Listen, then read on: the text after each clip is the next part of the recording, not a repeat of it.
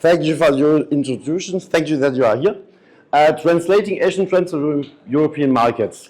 It was in the opening speech the topic that in Europe we are a little bit sleepy and Asia is more the future than Europe. So let's have a look what we can use in Europe from the Asian trends.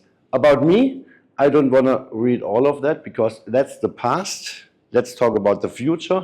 Only one thing, I'm working in digital business since 1992. Maybe you know that. You are also young, you don't know BTX. I know it. You know BTX? Yes. Okay.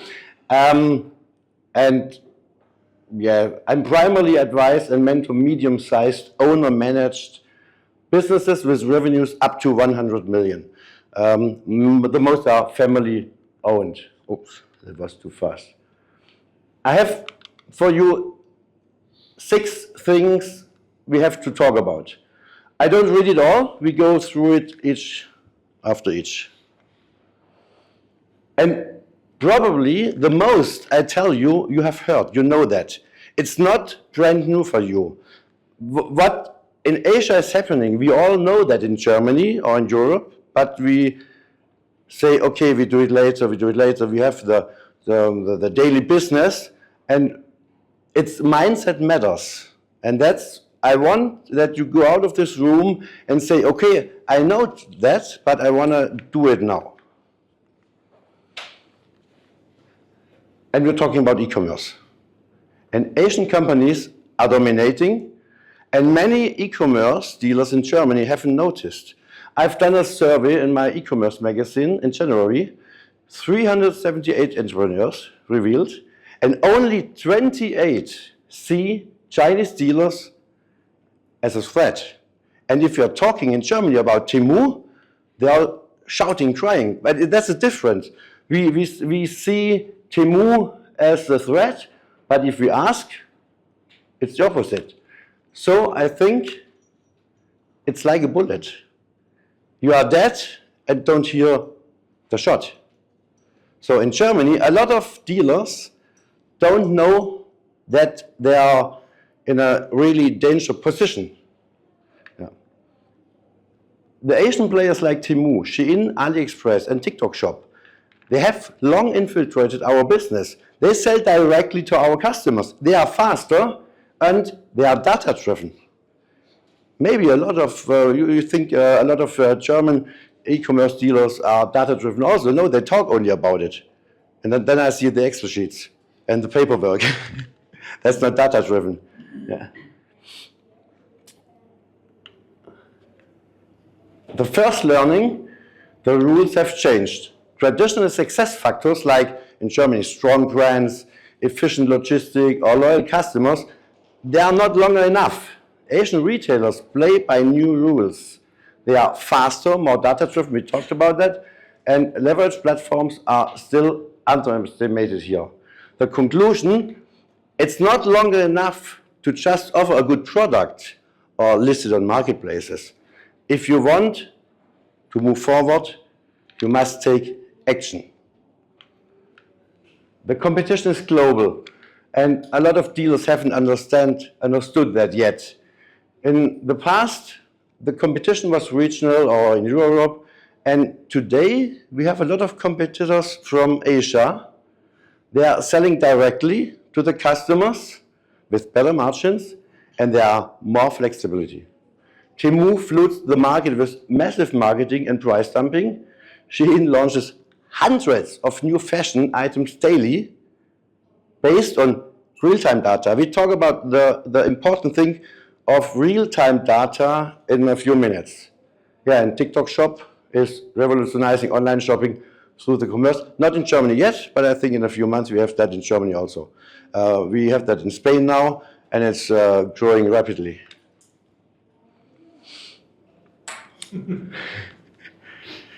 Yes, and we talk about Temu and Shein and TikTok Shop, and they're doing the business. And what are we doing in Germany?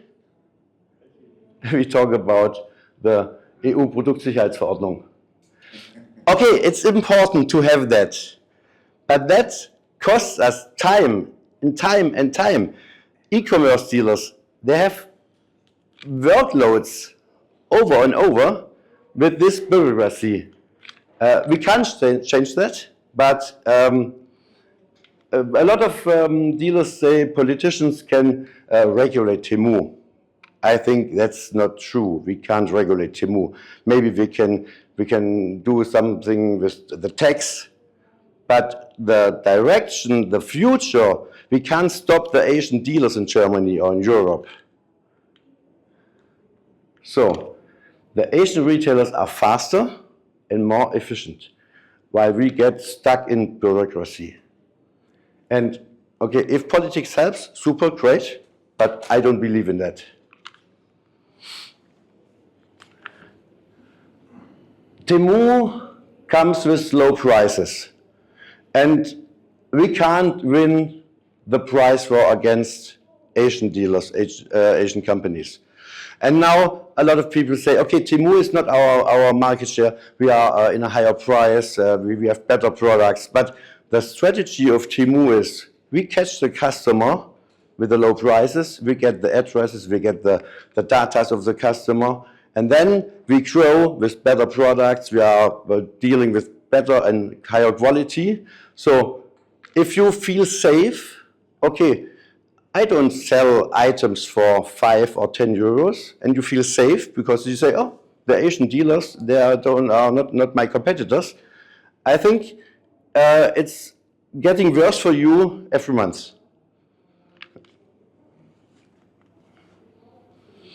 That's one of I like that so much. The talk about the myth of being incomparable. I hear that so often, oh, if you want to sell, you must be incomparable. That sounds so clever, but for me it's complete nonsense. Because the customer, they don't search for a product which is incomparable. The deal is you have to be comparable and you have to win the battle. And that's we have to learn.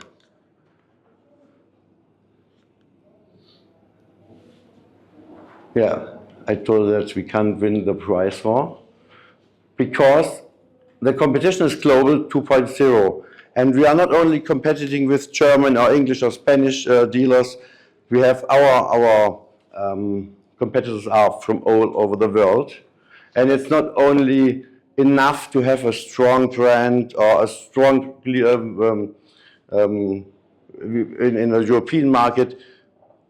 You have to win against the competitors from all over the world. So the second point, right? Yes. What's the key to success? We've established in the first point that the rules of commerce have changed. The competition is global, but we are talking, why are Asian companies so successful? And one key point is they are much faster than we. We all know the Pareto principle, the 80-20 rule. Sounds really good, but to be honest, in Germany, we want to be perfect. We talk about 80-20, we talk about Pareto, and then we are in a discussion and we say, no, the product is not good enough, we have to do it better, we have to improve.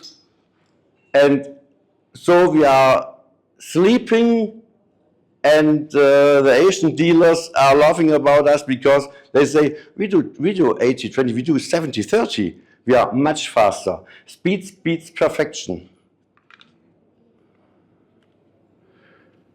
One example, if an Asian retailer has a new product idea, what does he do? He uploads a basic version. It's often just a mock-up. It's not the perfect product.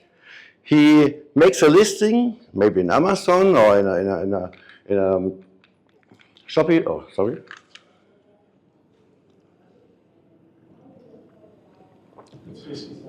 Yeah. The Asian dealer uploads the basic version, a mock-up. Then he's looking what happens.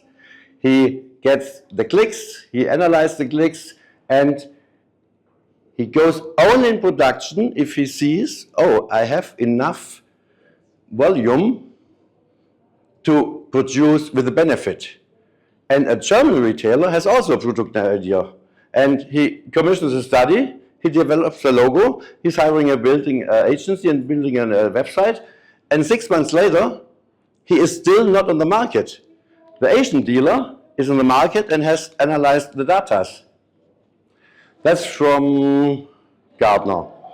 I don't understand this point because I think it's a fault of Gartner, because the logistic from China to Europe is the same. Okay, but it doesn't matter. It shows you about the time gap between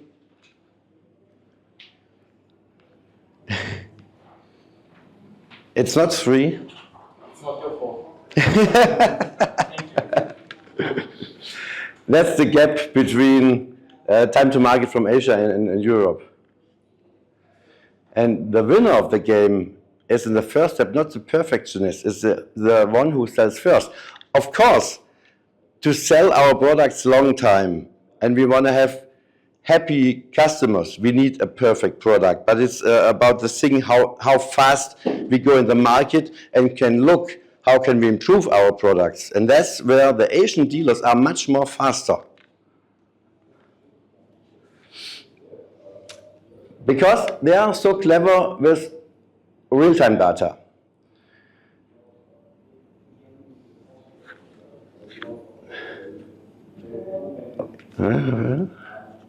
Sorry.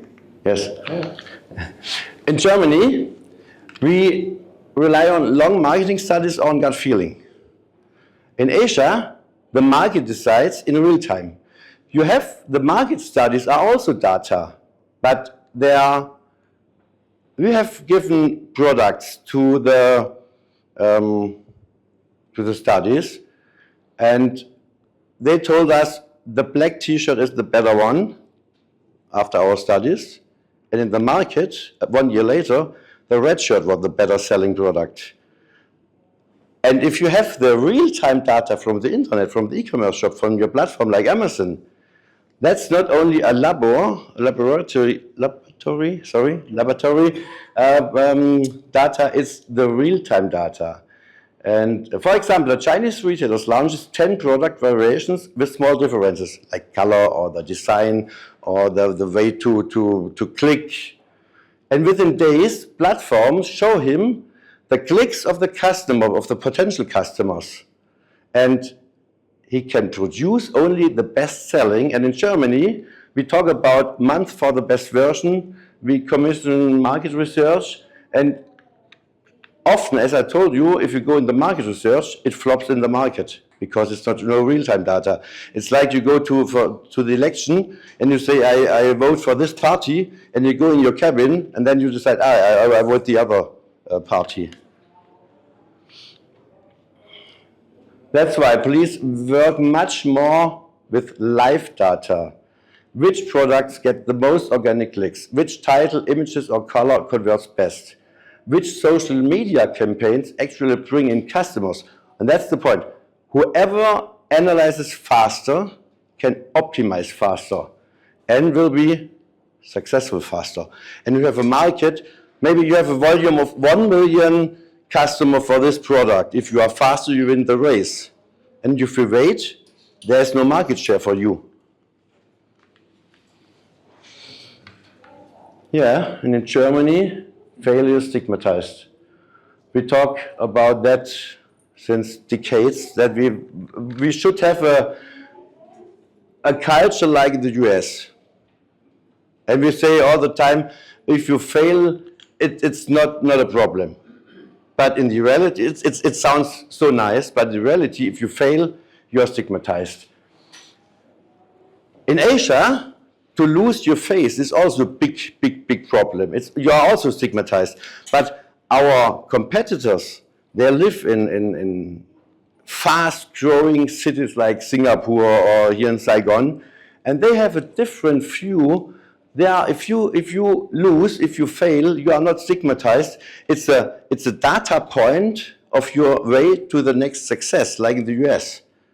And the younger people in Asia, they learn faster than we in Germany, that It's better to try and learn from it than not to do it. A lot of people in Germany has good ideas and they don't like to try it because they are afraid of thinking, oh, what's talking my neighbor, what is talking my friends, and that's what we have to learn. Trial and error is no failure, it's part of the success. One example. A Chinese retailer launches 10 new products, 8 sells poorly. For a German company, this would be the disaster. But 2 become bestsellers. And because the 8 poorly products are disasters for a German company, he even doesn't try it. But which strategy is smarter? Make mistakes, but quickly. Run small test launches, analyze, improve, move on immediately. Learn that not working immediately is no failure, it's your first step to the success.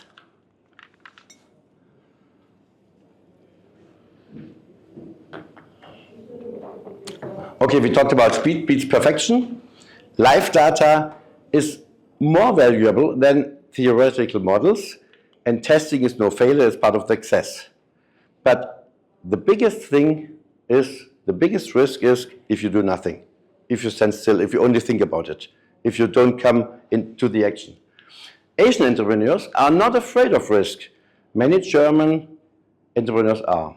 If you don't evolve your business model, there's coming someone else and will do that.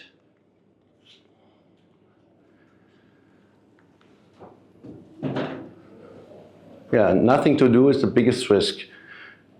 A lot of German retailers, they tell me, oh no, we won't change because it has always worked. Yeah, maybe the last 10 years, 20 years, 30 years, but those days are over. If you were an Amazon seller the last 15 years, it was not so difficult to earn money. You list a product, you run PPC ads, and you sell and you be happy. Selling on Amazon, for example, was not really difficult. But that's changing now. Today, you have rising PPC costs. You have every day 1,500 new competitors on Amazon. And you have shrinking margins because of the Asian dealers have better prices. Those who didn't start building other products, private labels, trying social commerce strategies or alternative sales channels, they are fighting to survive. I met a lot of dealers, they have 99% revenue only on Amazon. And I tell them, whoa, what the fuck? You have no other channel? No, because earning money on Amazon is so easy. Yeah. And that's what needs to change. Never hold on the status quo. Anticipate the change. Think about what could happen in the next few months or years to your company. Anticipate the change. Recognize when your model is fading and pivot early. Don't stuck and think, okay, it's getting better without doing anything. That's only dreaming. And don't rely on just one channel, please. Diversify. It sounds so easy when I say please diversify. I know that if you are doing your daily business, you don't have the time. Take you out of your company and go like here to Asia 1 week, far away from your own company, and try to anticipate what is happening to your company. The Asian companies understand that if you don't challenge your own business, there's coming someone else. For example, WeChat. You all know, I think, WeChat. They started like WhatsApp as a simple messaging app. And now, today, it's one of the world's most largest platform. It's like also in the Western countries, WhatsApp. WhatsApp is doing a banking in Brazil, for example. It was a messaging platform, and now you can pay your bills, your invoices in Brazil with WhatsApp. And in Germany, the large retailers, they could have built some social commerce platforms, but they hesitated, afraid of cannibalizing their own revenue. The problem now is they do nothing, and the other are coming and do that instead of them. The truth is, if you don't reinvent yourself, the market will eliminate you. You have dared to test new business models before the market forces you. Keep sales channels flexible, don't cement them in place. Constantly challenge your own business and reinvent yourself repeatedly. Yeah, your business models must stay flexible. In Asia, business models are not so static. They think, how can we improve, what can we change? For example, Meituan, that was a Groupon clone. It was really simple, like Groupon. Then they realized the customers not only want vouchers, they want more. So they built the delivery system for the vouchers. And now it's the largest food delivery provider. They expand into hotel bookings, bike leasing, ride-hailing, and they test new services all the day. And maybe in 1 year or in 2 years, they are not the largest food delivery provider. Maybe they are the biggest ride-hailing company. And in Germany, many companies hold on to outdated business models for years. They die in beauty instead of improving their business model. Instead of agile testing, there are endless studies and pilot projects. They talk daily, and decide nothing. And the bottom line, the winner is not the one who sticks to a model, the business model longest, but the one who watches the market, tests quickly, and adapts flexible. You have to be fast, you have to think about your business model, and you have to change if you see we stuck with our past model. Okay, we talked about speed beats perfection, risk-taking determines success, the business models must remain flexible. But we're talking about our company, and that's not the important thing. It's important is we have to talk about the customer. The customer brings us the money. We can talk, we are doing super business model, we change our business models, but if you don't have the customer, if you don't think what wants the customers, everything is nothing. In Germany, retailers first decide what they want to sell, and only later think about what the customers needs. And traditional advertising dominates, and the interaction to the customer is really rare. German retailers don't really want to talk to the customer. And customers have to adapt to the shop and not the other way around. And in Asia, products are created based on real customer behavior. We talked about the real-time data.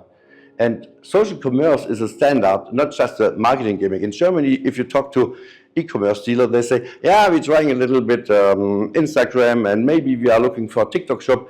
That's nice, but not really a game changer. It's not really a action where we earn money.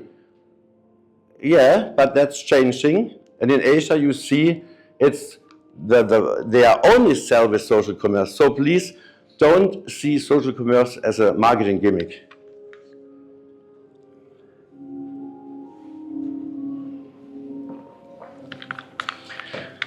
And customer loyalty starts long before the purchase, not afterward. Okay, in Germany we have the problem that also afterward there are no really loyalty to the customer. And the key question is, how do we create a real connection with our customers instead of just selling products? The video is not working. This here is social commerce selling. Traditional sales channel still dominate in Germany. Online shops, Amazon, Otto, Zalando, the platform, all driven by performance marketing. E-commerce in Asia is different. Live shopping is mainstream, and customer engage with products before they buy it. Social commerce is not an experiment. We talked about that. It's a core revenue channel. That's normally a video. I don't know why it's not running. It's an extreme example. You have that? No. Play automatic. Okay. Okay, don't worry.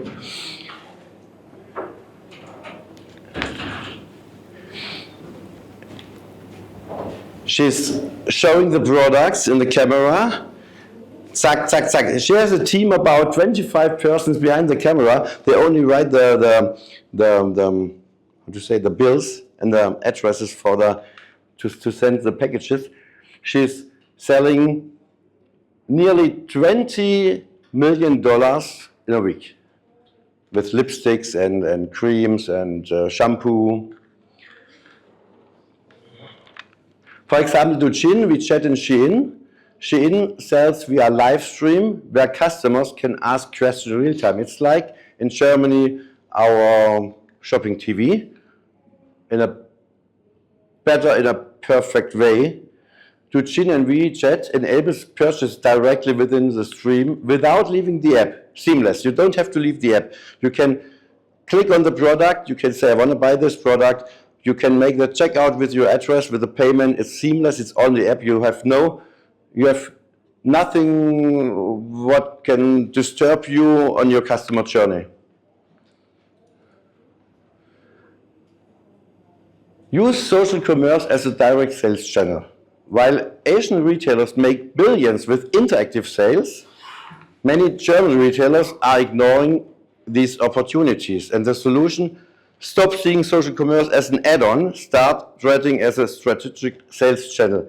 Test live shopping on TikTok, Instagram, and on your website. It's not the big success now. You maybe know the company Douglas. They are selling perfume.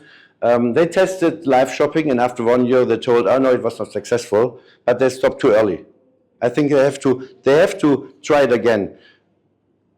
Important is for you, if you don't test it, and the market is getting fast into social commerce, you are behind. You don't know how to what's with the technique, which camera, the simple basics. Who's the person in the company who is not afraid to stand before the camera and sell the products? So please start now trying with live shopping. Don't think that you are get rich with live shopping now, this year, but I think next year or the next over the year.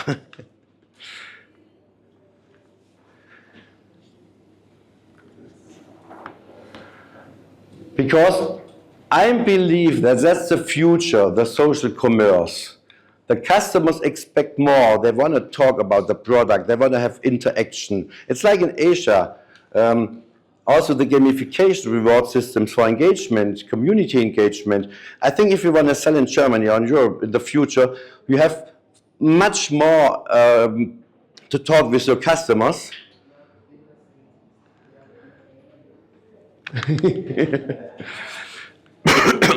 And the real-time support is getting important.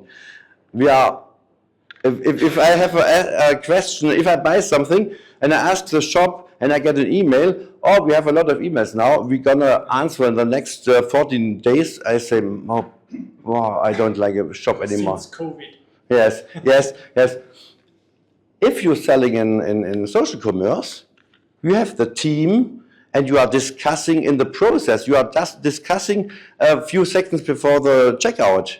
And so you don't have a conversion rate killer, because if a customer has a question, can I have this also in red?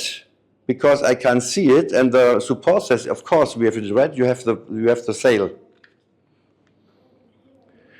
That's why, please engage customers directly through social media, live chats and communities. Get faster, much more faster in the customer support. Use gamification. See customers not as a buyers. In Germany, a lot of dealers say, wow, our job is so good, but we don't like our customers. And the customers are your brand ambassador. If you are good to the customers are good to you. And the most importantly, please take customers seriously instead of assuming bad intent when things go wrong. in the e-commerce, we all know, the package is delayed and it comes back, and a lot of dealers says, okay, it's a fraud. The customers, they wear the shirt over the weekend and send it back. Don't think with every time anything goes wrong, think the customers are bad to you. Coming to the data-driven product development instead of guesswork. In Asia, the market decides what is produced, not a retailer's gut feeling. We talked about that in the point 2. For example, Shein on real-time production. Millions of search queries and interactions are analyzed. The production only starts when data signals real demand, and you have no slow-moving inventory. You save money, lots of money, because you don't need the big warehouses. You produce only exactly what customers want. And in Germany, the retailers invest months in new products without a solid data. You don't know if the customers want this product. If you use the real-time data, you know that. And sometimes I have the question, okay, the Asian dealers get the data and then produces that. But we can't do that in Germany or in Europe. But we have a really good example. It's Inditex with the brands Zara, Bershka, Pull&Bear. They produce only small collections. They do it in some shops. They get the live data like the Asian dealers. And if they see, okay, the customers want this product, this t-shirt, this pullover, this socks, then they produce. And for me, it's really funny. A lot of garments are produced undyed, without a color. They come in the cream nature. And then they got the data that the blue shirt is selling best. Then they are dyeing in Germany, in Spain, in France, the product. It's really funny, it's clever, that they produce in Egypt, in Turkey, garments without color. So they have no problem with red shirts after the season, or with yellow shirts. And what's the advantage? They have no overproduction, no dead capital, lightning fast trend adaptation. They can act really fast. And for us, the takeaways, we have to test instead of guessing. Use data instead of blindly following trends, and keep your production flexible to respond faster. The customer is the key. We have to talk and to look after the customer, and not our egoistic mind. We want to sell, we want to produce these products. Ask the customers. We must shift from a seller first to a customer first approach. And the more interactive, personalized, and data-driven your strategy, the better your success, because you get back the response from the customer. You know what they want. Let's engage, interact, and adapt, because the market never stands still. Yeah, and we couldn't talk about this, the risk, the speed, the customer focus, but we are here by NFQ, and they have to do a lot of this with technical openness. Without technical openness, it all remains just theory. Many European retailers still debate whether they really need AI, automation, and digital processes, while Asian companies have already proven. And it's funny, I come to e-commerce companies, digital companies. They have revenues in millions, and they talk to me, is it really worth to pay $25 for ChatGPT? We have that discussion, and I'm wondering, the truth, you're not technically innovative today. You won't matter in 5 years if you don't go this terms. You have to be on point. What's actual is necessary. That we can learn from Asia. Adapt new technologies early. The latecomers lose market share. A lot of companies in Germany say, okay, we wait, because we wait till we see at the competitors if the technology will prove itself. So we don't do risk, we don't spend money, we're going to see what is doing our neighbor in the market. And if you wait, you're already too late. Because when you see it works, your competitors are already ahead. And in Asia, new technologies are tested immediately. AI, automation, and data-driven decisions are standard. Live streaming, personalized recommendation, chatbots, there are no experiments, everyday tools. For example, a lot of Amazon dealers talk, we are using AI. But the reality is they type in their production texts and keywords by hand. In Asia, it's AI powered. Alibaba analyzes in real time which product images, the price, and the descriptions convert best and change it automatically.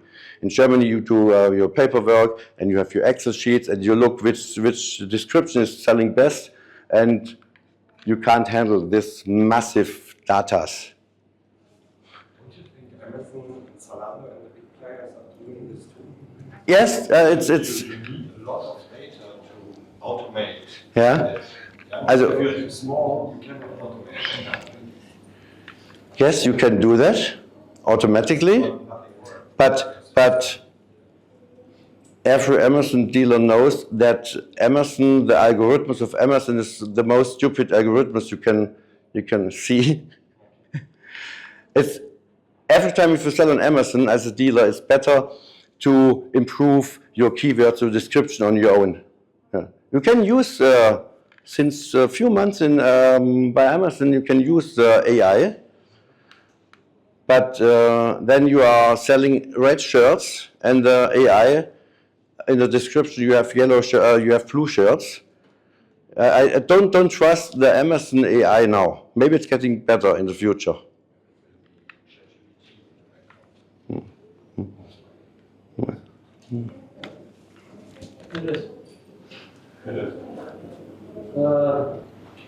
We're talking about this, the Asian and the German market.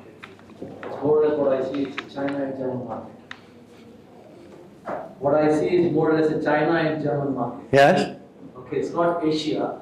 And if you see the China market, they do not have a GDPR which is the German market. European region. Okay, you think a lot of Asian. Okay, you think a lot of Asian countries are behind the China, Chinese. People use artificial intelligence. They are not into all these stuff. It's more or less China. And then end of the day, it's all like demand in the market because you have a huge population in the Asia region, not in the German market. Second is the Data Protection Act. The German data protection regulation is very strong in the European region, and you do not have that in the China market. So that's all we are talking about. We have, of course, a problem with the data in your country, of course. That's the reason German market. Yeah. But your competitors do that because maybe their company is sitting is based in Singapore, but we have to talk about that. We have a problem with the data protection in Europe, of course, yes. But we cannot say, okay, we're going to lose because we have the data protection. Sometimes you have to be a little bit. And I would agree with you, right? You can kind of normalize that. I mean, you can take the KI out without losing the reference to that individual. It's a thin line. Yeah. You're walking on ice. Yeah, I mean, there are technical ways of how to manage that without being disrespectful to the customer or breaking the law. And I do feel that a lot of companies in Southeast Asia do use a lot of technology, a lot of AI to optimize the e-commerce. I don't think it's just in China. They've started, in fact, but not probably Singapore you're talking about. But if we talk about the digitalization now, I've seen that more German companies or European companies, they've gathered the technology very fast. Asian countries, you don't see that. Very slow. If you look at Korea, you order them at midnight and before 7 o'clock next morning, you have the product in your hands. Yes. And so Korea is very, very strong. Japan is just again, in Southeast Asia, I know for a fact a lot of data is being used to kind of understand what's happening in the marketplace, optimizing that, and scraping data, every single day, millions and millions of SKUs to do exactly that. So yes, there's a lot of data being used. Yeah, that's a learning. Actually, you don't have the same access to data as you have with Amazon in the US, and so you need to find other ways of how to gain intelligence. Because of the regulations, data protection, that's what I was trying to say. Yeah. That could be the reason. The second learning, it's integrate digital payment and sales model faster. It sounds basic, but it's really important. Customers handle everything with a single app. That's seamless. I want to have a seamless process, a seamless customer journey. WeChat Pay, Alipay, Literal Books, they are super apps combining shopping, financial products, and social features. The shopping is seamless. You have not complicated checkouts, no friction. And the result is you have higher conversion rates, you have faster purchase processes, and a stronger customer loyalty through maximum convenience. That's what you talk, that if you order at 11 p.m., you have your product, you have the, how to say, Bestätigung? Confirmation. So the confirmation a second later, and you have the tracking code also a second later. Yeah. And in Germany, many retailers still require customers to create an account before buying. That's for me. I want to buy. I don't want to tell you my birth date if I'm not buying alcohol or cigarettes. You don't need all the data. It's limited payment options. Something is always missing, and checkout processes are unnecessarily complicated. So please offer all payment options. It's no problem today. You have solutions. You can offer all the payments, all credit cards, everything. It's not a problem. Simplify your checkout processes, eliminate unnecessary steps. What I talked about. If it's male or female, don't ask that. Huh? And don't ignore social commerce integrations like TikTok Shop. In Germany, we have to wait. In Spain, we have it. In Germany, we have to wait a few months, I think, yeah. And sell where the customers are, and not where you want that they are. Customers want to buy quickly. If you create obstacles, you lose them. They're going to other platforms, to other dealers, where the customer journey is seamless. Stop blocking innovation, see it as an opportunity. For me, one of the biggest differences between Asian and European companies, in Asia, new platforms and technologies are tested immediately. They say, oh cool, that's new, I try it. And failure are accepted as long as they were first to the market, that they can improve and learn and improve and learn. And being a first mover is more important than perfection. We talked about the 80-20, the Pareto principle. And in Germany, innovations are blocked because, the risk is too high. Maybe we wait, the neighbor's gonna lose, and we can say, haha, look, we were right to wait. And the retailers debate for years before testing a new platform. In 2007, I was one of the first German Amazon dealer. And I talked in my hometown to a lot of e-commerce companies. Go to Amazon. No, we have our own shop, we don't need Amazon. They came 5 years later, 7 years later. And I told them, if you started with me in 2007, your company will be double so big as today. So in Germany, we wait because the risk is too high. And technological changes are seen as threats rather than opportunities. How we say the glass is half empty and not half full. And we have the example Douyin and live commerce in China. The social apps are the most important sales platforms. Companies like ByteDance invest massively in live commerce. Okay, in China you only have live commerce. You don't have the shops like in Europe. And in Germany, the rigged online shops. And in Germany, the retailers cling to their rigged online shops. I think the most shops are really boring. Sorry for Shopmaker and Co. We need shops, online shops in the future. But for a lot of parts in the market, it's really boring, and we sell it for live commerce. It's a good example in Germany. We have a Porsche dealer near Stuttgart. They are selling Porsches with social commerce elements. And a lot of people are talking, it's social commerce only for young people. No, they are selling Porsche 911 for 180,000 euros to a tax advisor on Instagram.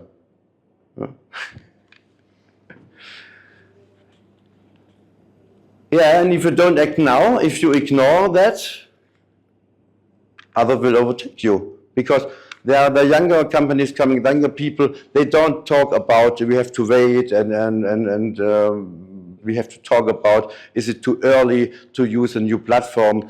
The younger companies, the younger people, they are trying. They have nothing to lose.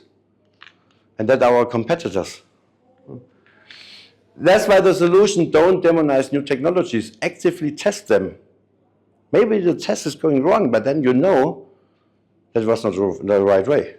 Don't rely on just one platform, diversify. We had that before also. And see innovation as an opportunity, not a risk.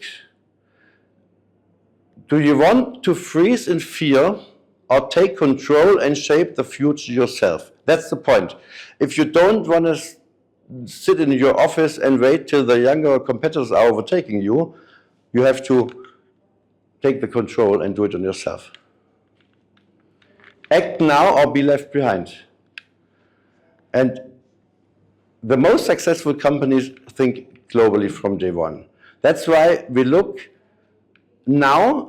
I think it's the most important thing are the customers, but now we have a really important thing. That's the global mindset about expansion, thinking beyond orders.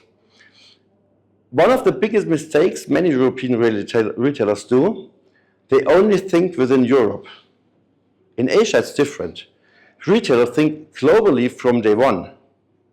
They don't think only in the Chinese market or in the Malaysian market. A Chinese manufacturer doesn't just sell in China, they sell worldwide. They use Amazon, eBay, AliExpress, Temu, Douyin, TikTok Shop, everything, every platform with buying power. They think in markets, not in countries. The German dealers, they think in the country, Germany. And the dealers outside, they think in markets. While German retailers debate whether to expand to France or Italy, or to Spain, it's a discussion all the time. You have to discuss, should we do the next market, Amazon market in Spain? Is it good or not? Have we a native speaker? We don't have a native speaker. Or how can we, the logistic problems? They're talking about years, and Asian retailers, they start already with all that markets. That's the typical start from a German. They focus on the domestic market, and after years, they think about expanding. You have to discuss countless about bureaucracy, the data protection. And the typical Asian approach is they sell worldwide from the start. Immediately, they list in all platforms, all marketplaces. They don't talk about, should we try Spain and England or Turkey or Sweden? No, we try them all. Well, we're going to see. Maybe Sweden is not working well, so we stop, but they start with other marketplaces. The goal isn't a single market. It's every market with a strong purchasing power. I tell the German dealers, why do you think, if you want to expand to the US, think about Dubai, Abu Dhabi. Yeah? There's a market. We have to change in Europe. We have to plan for international markets from the very beginning. We must use AI. We have to think, AI, I want to say with that, if you have a problem to start as a German retailer in Spain or in Italy, you have a speech problem. But with the AI, you can solve that. It's not perfect. It's like my English not perfect, but you understand me. So the AI is not perfect, and you can start in other countries, in other markets easier. So please think beyond one country. Use platforms that operate globally instead of limiting yourself to the local marketplaces. Start thinking in markets, not in countries. Because Europe is no longer a safe market. The competition is global. Many retailers used to believe our home market, Germany for example, the Spain dealers are thinking Spain is strong enough. They think our home market is big enough and that's enough for us to have a good life with our company. But now the market is wide open for international competitors. Shein, leaving the Western fashion brands behind. Temu spending massive marketing budgets to target European customers, and AliExpress is selling directly to German customers without middlemen. So your home market is not big enough anymore because you have to share your home market not only with your neighbor in Germany, you have to share the market with Chinese dealers. And while European retailers struggle with bureaucracy and doubts, Asian companies have already built that infrastructure to sell there, with or without local presence. And what needs to change? It's a mindset story. We have to accept that competition isn't just from Europe, that it's global. And we don't rely on a stable home market. We have to actively seek our new sales opportunities. Europe is no longer a protected market. If you don't expand, you will be overtaken. And the most successful companies don't just focus on today's revenue. They prioritize scalability. For example, Shopee. You know Shopee? You know Shopee. You live here. They started, or maybe you lived in Brazil and you also know. They started in Singapore, then expanded rapidly, first across Southeast Asia to Latin America.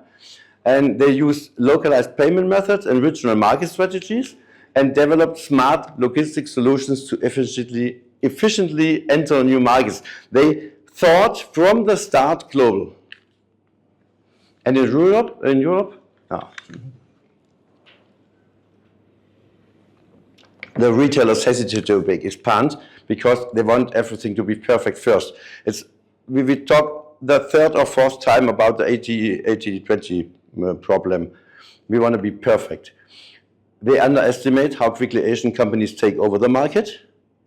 It's the bullet I talked about. You don't hear the bullet, and they miss the opportunity to position themselves in time. And the solution is build scalable process early. Don't wait until the home market is saturated. Then it's too early for you. Expand proactively. You have to come in action now. Start with small tests and then scale strategically. Because that's the point. I think it's not getting better the next years. Germany has a weak consumer climate. I think it's going down more the next years with our economics. So the consumer don't want to spend so much money and they can't do that. But you have always regions and markets where people are buying. In Germany, a lot of dealers say, okay, the market is not good, the people has no money. But if you look around the world, you see if you go to Dubai, they have money endless. If you go to Bangkok, they buy the luxury brands endless. You always have markets where is the money. And you don't have to think and hope that the money is coming back to Germany. I think that's an illusion for the next year. As a German dealer, you have to look where is the money. And I follow the money. Instead of struggling in a stagnant local market, look where the people are buying. If you're not thinking globally, you can't do that. If you're not thinking globally, you can't look for the money. You can't look where the customers with the money are buying. And yeah, they are ready. Everything we talked about speed, risk-taking, customer focus, technology. That means nothing if you only focus on the home market. That's so important to open your mind and look where, follow the money. The most successful companies are those that think and act globally. So what are you waiting for? These are the 6 key lessons for you, what I want that you think about it. If you don't challenge the status quo, the market will leave you behind. Speed beats perfection. Yeah, we need nearly perfect products, but not from the start. If we want to sell long term, we need super products, but we start without perfection, overblending costs, value, and time. Risk-taking is key. Without bold decisions, you will remain stuck in midfield, and the customers decide, not your gut feeling. That's with the real-time data. If you don't test in the market, you'll miss the opportunities. And technology is not an obstacle, but a lever. Digital transformation is necessity. And maybe you think that's a story from the last 10 years. No, a lot of German or a lot of European dealers really don't have that in their mind. And don't think small, think globally. Global opportunities exist everywhere, not just in your backyard. Success comes to those who act, not to those who wait. And please think about that. The biggest companies don't always win. The ones with the most resources don't always win. A lot of people think, oh, my company is too small, I can't win against Decathlon, I can't win against Puma. But the winner are those who learn the fastest, adapt the fastest, and boldly explore new paths. The future belongs to the doers. Thank you.